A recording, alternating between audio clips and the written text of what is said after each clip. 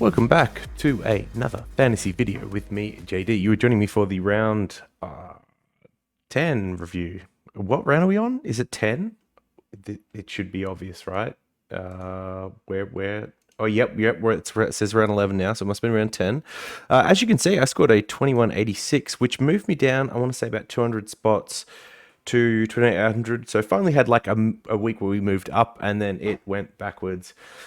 Trades last week in the end were what? So originally I wanted to bring in Oliver and Fisher, and I was trying to do that all the way up. Like even looking at getting rid of Cherry if Sweet played, but Sweet didn't play, obviously.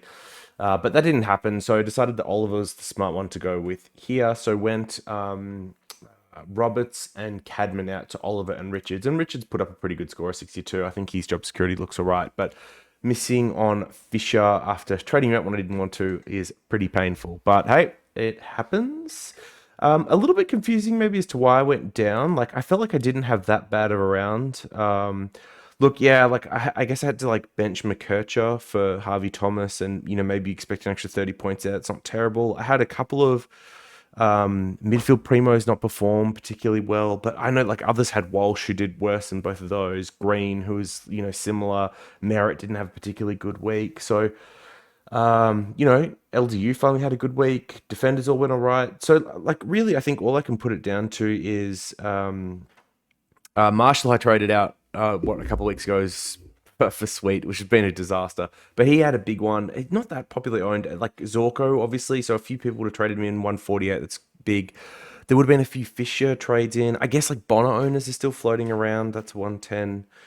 Um, who else? Oh, Luke Ryan, who was pretty popular trading option as well. So I think it was just like the lack of ceiling scores that seemed to really hurt me this week. Maybe I'm carrying one more rookie than most, but look, yeah, with the exception of Thomas, I think most of my rookies did well. Like Closey wasn't ideal, but is what it is. Okay, so let's talk about the players quickly. I missed a lot of footy this weekend. I had a few family things on. But yeah, I mean, Nick Dacos is now a VCC option every week. Martin, I guess a little bit concerning they moved him forward in the second half, but soft matchup on the Tigers this week, so should be fine. Whitfield bounced back a bit. Hayden Young looks fine. And then Sheasel's the interesting one because he was pretty poor in the first half. But they had, well, obviously McKercher was out this week, and then Bergman went down with a hamstring injury. I think it might have been just after half time. And Sheasel definitely seemed to play more in the defense in the second half and got some uncontested pill. He looked all right in the middle, but I don't think he is going to continue scoring very well. And honestly, like I feel like maybe the defenders are weak enough that he's still a top six, but for those that traded, I wouldn't be like too worried about it. I think it was probably the right call. Just circumstances of the week, with McKercher being out, and then the next half back up going down, pretty rough. In the midfield,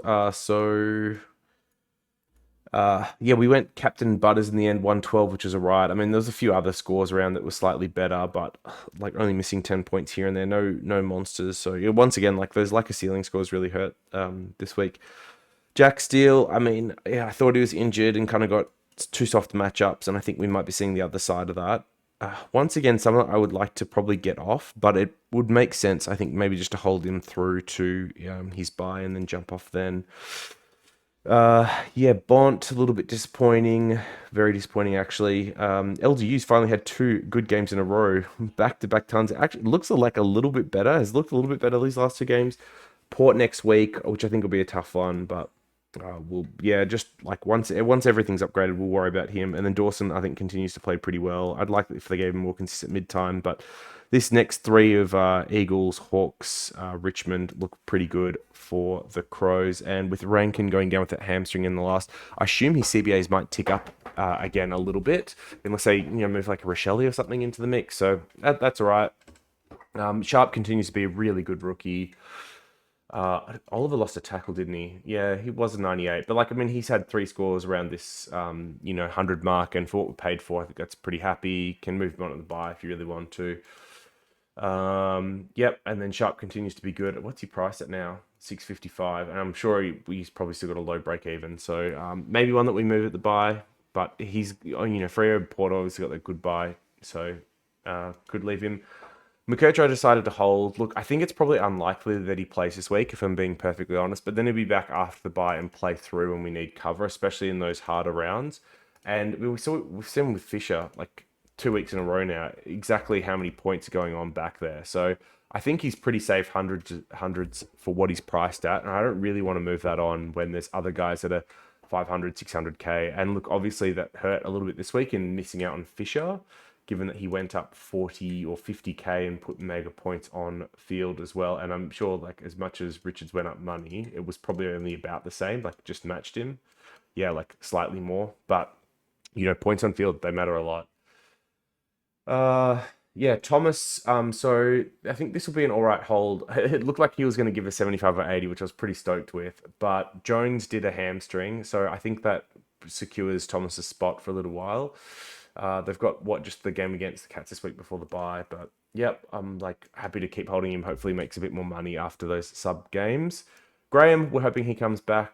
I didn't really cover the rookies, but like Howes, is he still making money? He's like feels like he's about capped out.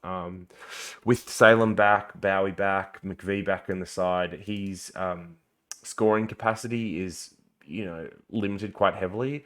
Just looking now, I can see they've got the Saints next week, so I'll definitely hold for that. And I don't think Freo's too bad, or Collingwood. So look, he might still be a hold up until the buys just for cover.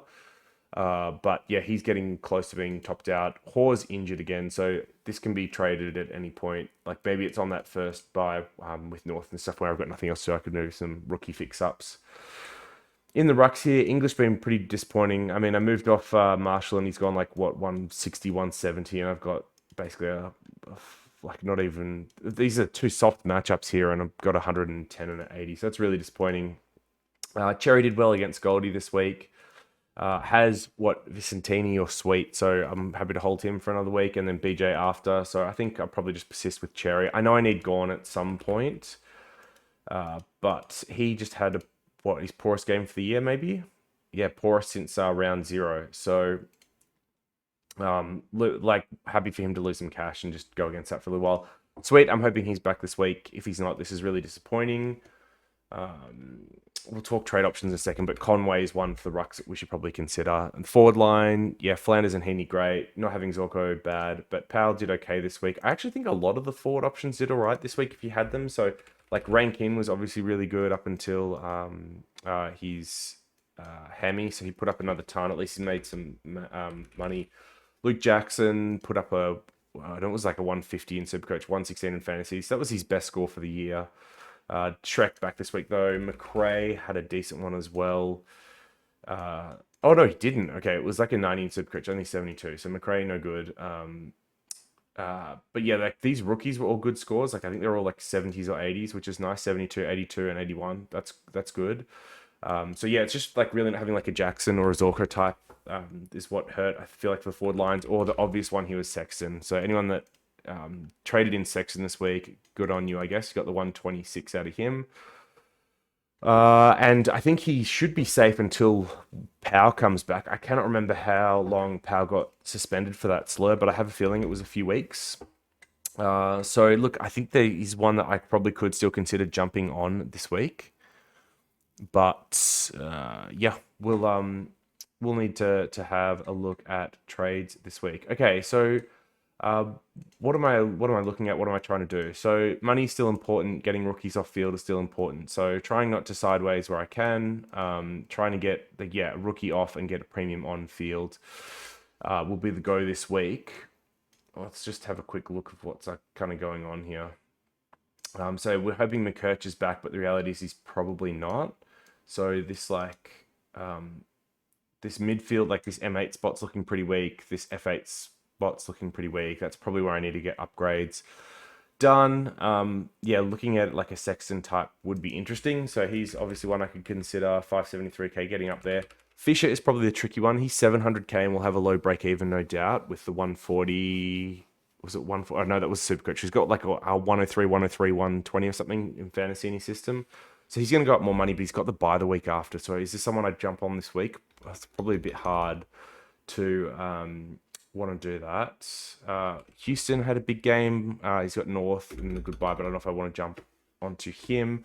So I'm like a little bit pressed for options this week. I'm not really sure where I want to go. I think I'm gonna have to look at some of the cheap ones because Conway is interesting. I've heard, rumors that Stanley is Dunzo.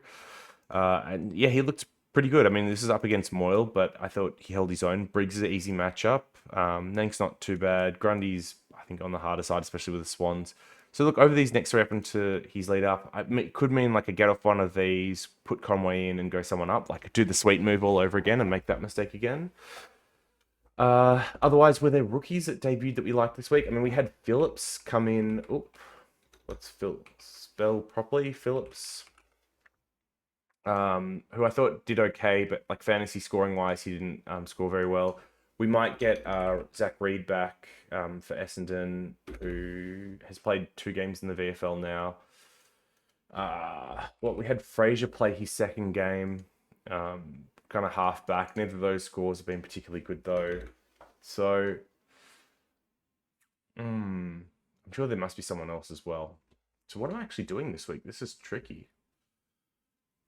Because I've got, I think, some pretty good targets week one off the bye in Green and Fisher, and I should probably consider that in here. So, like, if Green goes in one of these midfield spots, I've still got one more. Fisher goes in one of these forward spots, at least one more. But what do I actually do with trades? Hold on, let's have a look at this range and then see if we sort by last round score. McAuliffe came back, yeah, but I don't think he holds that very well. Kaush has been good. Yeah, nothing really in there. Oh, Pink came back and played forward. Oh, we had Shadow Brain play. That's right. I remember this. I remember some of this. So what? It's Phillips, or like you're looking. I think probably that Conway range. Let's have a look in the 300 to 399 range. Bruce had a good game. Oh, Swallow got moved around a bit, didn't he? I don't think there's a real role in there though. Okay, so I think this is pretty tricky. I mean, Sullivan, yeah, was okay, but not great. So Sexton, we'll just keep looking at the price range, see if there's anything in here that I actually like the look of. Humphrey, yeah, he played a good game. Conway, 450 is pretty expensive actually for fantasy. It's not bad, but like, it's getting up there. And then I think this is Sexton's price range, right? 126. Loman had a good game. Yeah. Massimo. Yep. So, look, I'm either looking at probably then a fresh 200k option, or I'm probably going to try and get Sexton in, I guess. It doesn't really seem like I've got too much else to go on because I don't want to trade McKercher. Closey might be getting to a point where he can be traded, although he's got that 100 in his system still. Fisher is an awkward one to bring in this week, so maybe it's Sexton and just ride him. Seems awkward though, and it's not really upgrading the team.